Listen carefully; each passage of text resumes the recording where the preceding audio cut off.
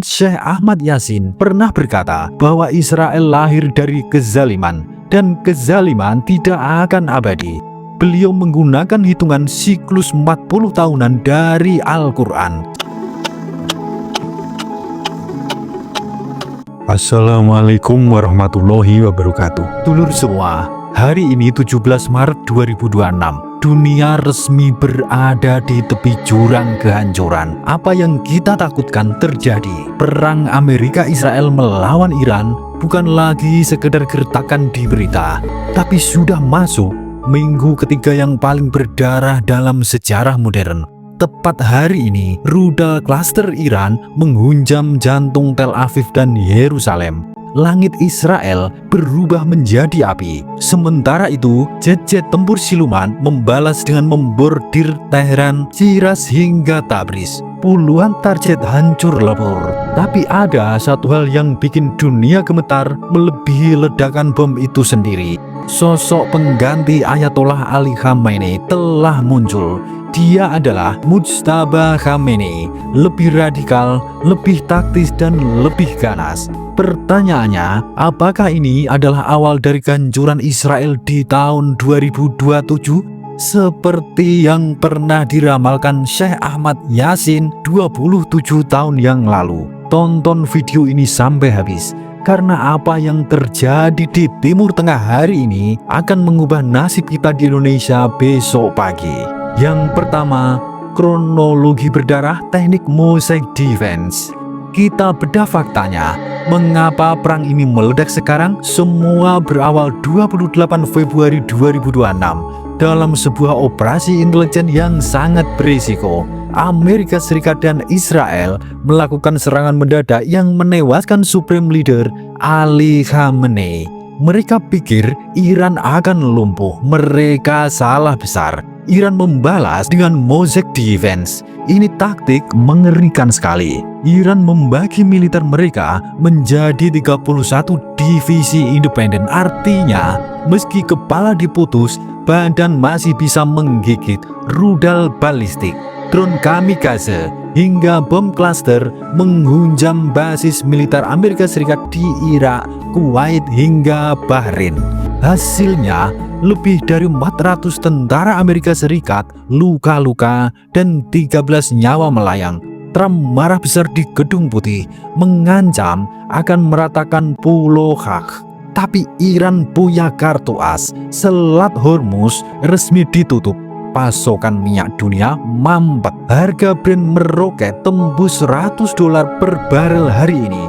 Dunia sedang panik. Dan kita di Indonesia mulai merasakan imbasnya.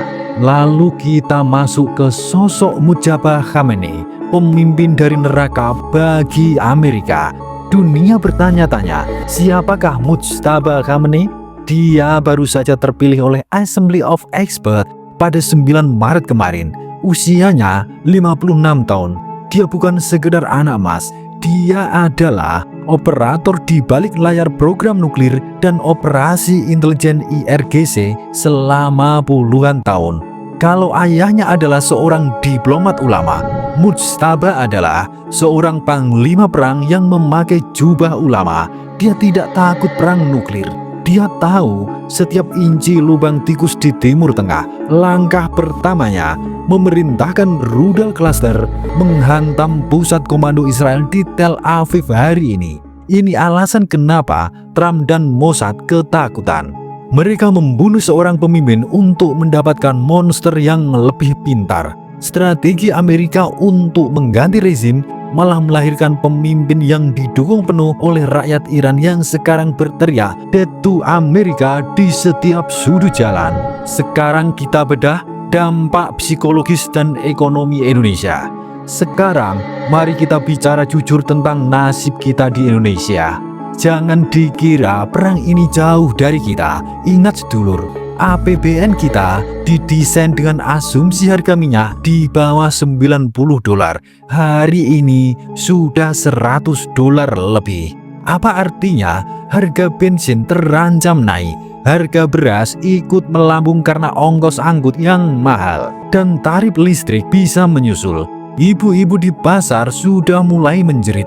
anak-anak sekolah terkena imbasnya, dan yang paling mengerikan, jika nuklir benar-benar diledakkan, awan panas bisa menutupi matahari selama bertahun-tahun. Musim tanam gagal, kelaparan mengintai. Kita tidak boleh jadi bangsa pengecut. Kita punya sejarah panjang perjuangan. Kita punya darah Bung Karno dan semangat Majapahit. Saatnya kita bangkitkan kembali semangat kemandirian.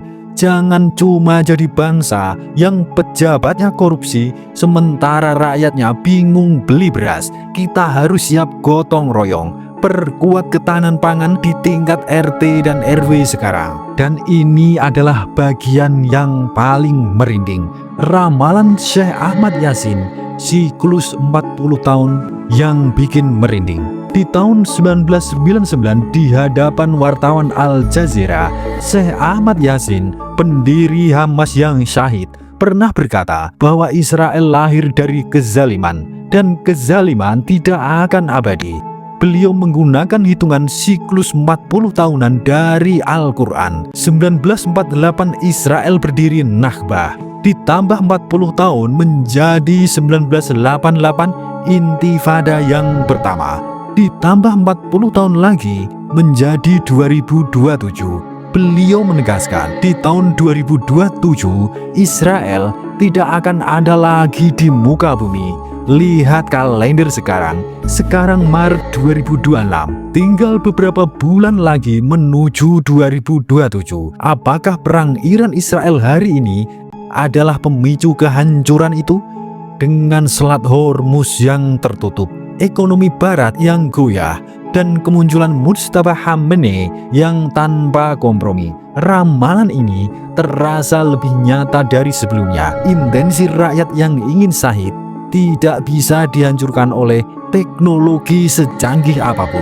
Sedulur sekalian, dunia mungkin sedang membara, tapi kita di Nusantara tidak boleh kehilangan pegangan.